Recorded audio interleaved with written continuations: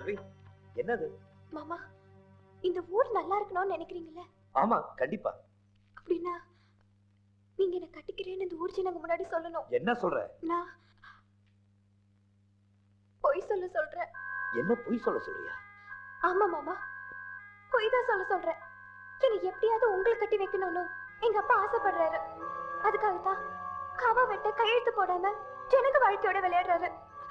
நீங்க என்ன கட்டிக்கிறேன்னு சொன்னாதான் எங்க அப்பா காவா வெட்ட சம்மதிப்பாரு.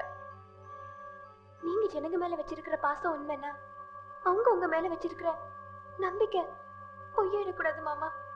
எதுக்காக வந்து ராஜகுமாரன் பொய் சொன்னதில்ல? இனிமேலும் பொய் சொல்ல மாட்டான். சொல்லித்தான் ஆகணும் மாமா. ஒரு தடவை காவா வெட்டிட்டா அது எந்த சட்டத்தாலையும் மாத்த முடியாது.